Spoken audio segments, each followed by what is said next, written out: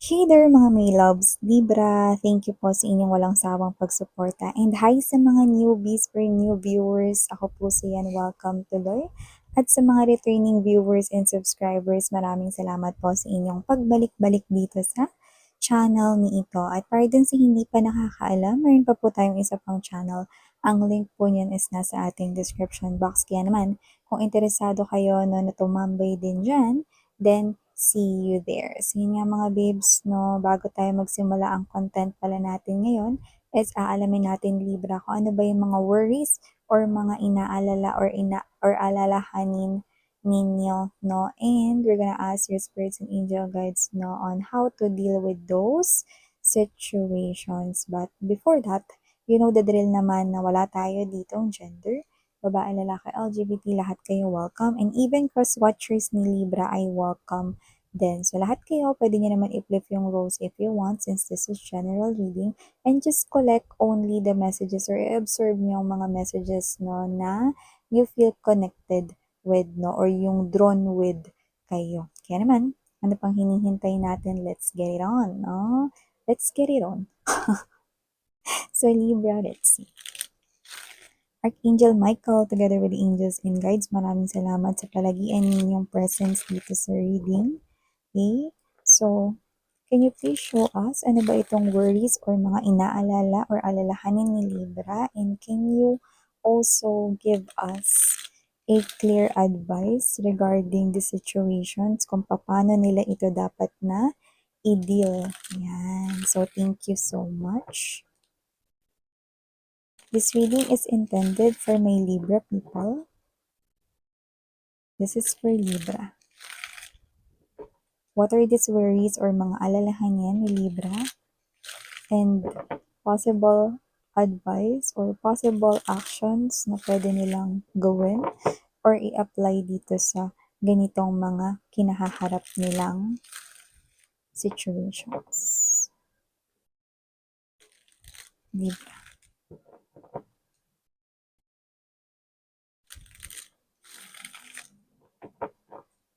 Okay, Libra, let's go ahead and see these messages over here for you guys. You do have here the Hangman energy. Could be dealing with an Aries because you've got your same placements but doesn't have to be. You could be dealing with any zodiac sign naman. Okay? So, you also have here this Judgment card energy. You also have here this Ten of Wands energy. Nine of Coins. Star ay present rin dito. Knight of Wands energy. Bottom of the deck right here for you guys, the Tower and the Chariot. Okay? You've got four major arcana. It's actually five. 1, 2, 3, 4, 5.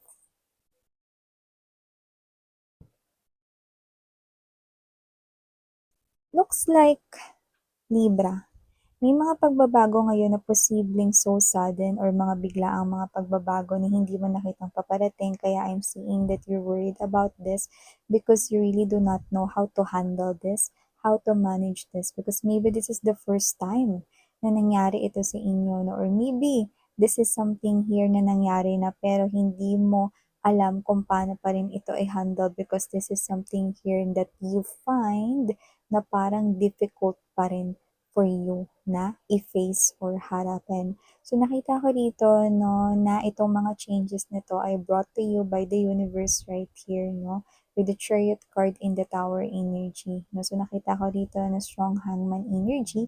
Nakita ko dito na medyo nahihirapan ka mag-adapt sa change na ito or mag-go with the flow sa change na ito kasi posibleng hindi mo ito makontrol dahil hindi mo alam kung paano ito i-deal or parang ikaw ito na naninibago sa mga pagbabago na 'to 'no, lalo na kung ikaw yung klase ng energy na may mga plano talaga, 'no, may mga talagang target goals or target plans ka na gustong mangyari, ano man 'yan or patungkol man 'yan saan in any areas of your life, whether that's love life area, whether that's your career, job, or business area, or whether that's something here 'no, about your personal life.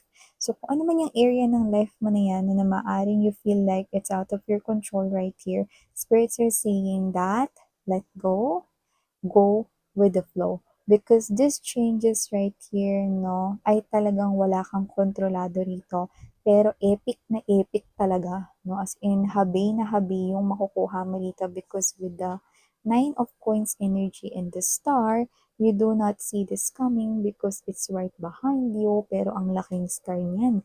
Nagliliwanag, nagniningning, no? So, nakita ko dito, no, na ang kailangan mo lang gawin ay sumabay dito sa Agos, go with the flow, no? So, ang kailangan mong gawin ay wag mong labanan ang current, no? O yung lakas ng alon, no? Dahil talagang kailangan mong magpatangay dito, no? Dahil with the Nine of Pentacles energy, nakita ko dito, no, na mas lalo ka pang magiging independent, mas lalo pa dito mag-grow ang iyong pera, ang iyong salapi, no, dito sa mga pagbabago na to, at mas lalo mong mararamdaman yung pag-alwan at pagkasagana ng iyong life. Na I'm seeing butterflies right here, no, which is second confirmation na talagang magbabago ang iyong life for the better. Yan, nakikita natin dito. No? So, syempre nakakatakot naman talaga sumabay minsan sa pagbabago, lalo na kung yung pagbabago na yun ay wala sa plano. Ano ba yung mga yan? Bigyan ko yung example. Maaring iba sa inyo, no? Meron kayong person dito na may plano na kayo together with that person here, no, sa inyong future, na sana siya na yung makakasama ninyo, may mga plano na rin kayo saan kayo pupunta, anong negosyo yung gagawin ninyo, ilan yung magiging anak ninyo, at ano-ano pa yung mga bagay na gagawin ninyo together hanggang sa inyong pagtanda. But it so happen, no, na maaring nag-failed ang inyong connection or ang inyong relationship, you got separated, and it's not part of your plan, no? Pero, ito, naguguluhan ka, no? Bakit bigla siyang nawala dito sa buhay mo? Bakit biglang ganun yung nangyari? Meron ba akong na-missed out dito? What really did happen doon sa situation na yun? Yan, no? So, iba naman, ano nangyari ron? Ang ganda naman ng flow ng negosyo ko. Bakit biglang boom? Ba't biglang nangyari yun? Bakit biglang kumonti yung customer? Bakit nagkakaroon ng mga complaints with my products? Dati naman walang ganito. Yan. At ano pa, no? Maaring meron ka pa ditong ibang pinakaharap rito na pero alam mo mga babes kung ano man yan, no? Yan ay plano ni universe sa'yo, no? It's a redirection. Kasi dito mas maganda yung ipapalit nila, no? Diyan, no? Mas doble, mas bongga, at mas mararamdaman mo, no? Na tama na sumabay ka lang sa flow ng life, no? Huwag kang mag-resist dito sa mga pagbabago na to, lalo na kung ang mga major arcanas na to ang tinutumbok ay ang mga pagbabago na deserve mong makuha. These are abundance, these are prosperity, these are the things na deserve mong ma-receive. And all of these things, ang karamihan dyan, ay ang mga wini-wish mo, pinapangarap mo, star card energy. You might not see this coming because you are overwhelmed right now, no? Because you do not know what to do, no? Nangyayari dito yung kaliwat kanan na hindi mo gustong mangyari, pero nangyayari, no? At hindi mo naiintindihan bakit nangyayari. Okay? So, nakita ko dito that the answer is clearly evident that you are being redirected sa mas maganda at mas deserve na matanggap mo sa life, no? Alam mo yung best offers sa life, yun yung mas matatanggap mo. So, if you think that you're already, no, kontento na, okay ka na sa kung anong meron ka ngayon, then universe is saying, may mas maganda pa dyan. At yun ang gusto naming matanggap mo, Libra. Yan, no? So, yan, mga babes, no? Isang malaking anunsyo sa inyo ni Universe right here. So, spirits are saying, go with the flow. Okay? Another message na nakita ko dito, no? Someone here, Libra, nagwo-worry kayo, nagwo-worry kayo dito, no? Na, what if, okay, ito yung iba kasi dito, no, maaaring meron kayo rito na nakausap or naka-chat before.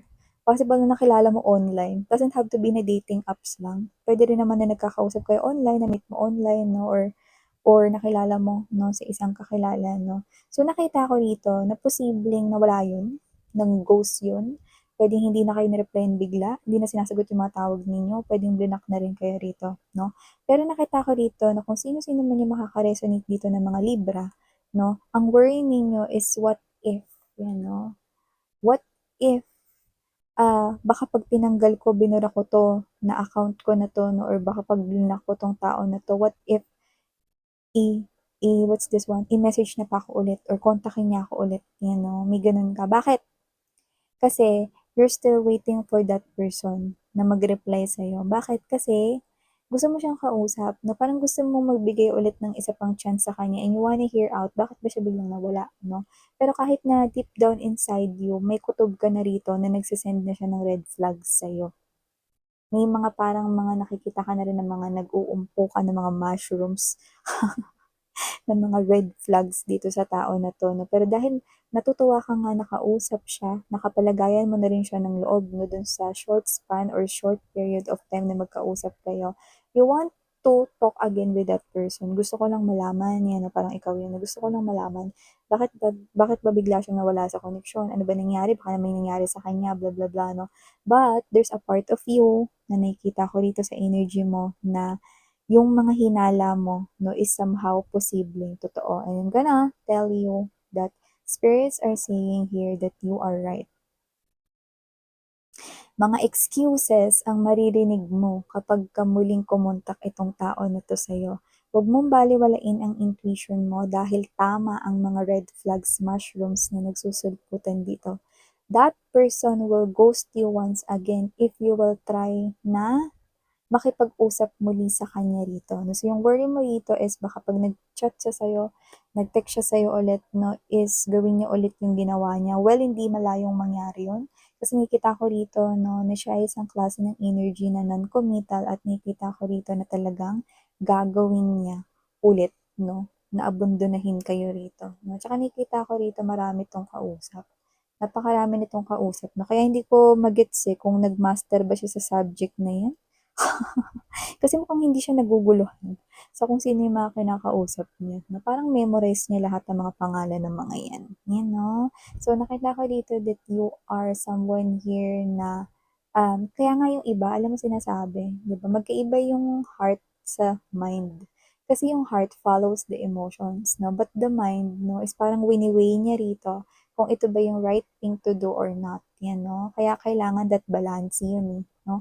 Pero dito kasi 'no, yung emotions ninyo 'no, because that person kasi kaya nga sabi ko sa inyo hindi ko alam kung minaster niya ba yun or hindi, 'no, Libra. Pero nakita ko rito 'no, na kung sino-sino man 'tong mga energies na 'to 'no, talagang wala kayong mahihita dito 'no. So, hangga't maaari putulin niyo na agad ang koneksyon niyo sa kanya. Tama kayo, magcha-chat yan ulit sa inyo, ko-contact yan sa inyo, pero hindi niya worth it ang oras mo, hindi worth it 'no, 'yan. So, maliban diyan nakikita ko rin dito 'no, na yung iba ang worry nila dito is nauubos na yung oras nila. Clock is ticking right here 'no, but true love is wala pa, 'yan 'no. Gusto ko lang i-correct kung sino man yung nagpakalat at nagpauso 'no, nung kakahintay daw sa true love 'no, senior na kayo, 'yan 'no. Ewan ko kung sino nagpakalat niyan 'no, narinig ko lang 'yan mga babes 'no, nung nanonood ako ng Eat Bulaga 'no. So, meron dun na parang isang, contestant, I don't know if that's contestant or whatever 'no. So, meron siyang kasabihan, so hindi ko lang kung saan niya nakuha yun or whatever 'no. Kakahintay mo sa true love mo, senior ka na, 'no, parang gano'n 'no. So, whatever the case may be 'no, yung sunod kong sasabihin is related to that. Ganito kasi yan, eh. Hindi yung literal na kakahintay mo sa true love mo, wala ka ng gagawin, okey? Kasi parang ang ibig sabihin ng iba, hinihintay mo yung true love mo ng nakaupo ka lang diyan, wala kang ginagawa, 'di ba? So, ganito yun, eh. Ikaw, sabihin natin 'no, meron kang person na gusto, okey? Gusto mo siya, kailangan may gawin ka, gumawa ka ng action. Okay. At yung magiging response niya is depende sa action, yung effort mo, okay.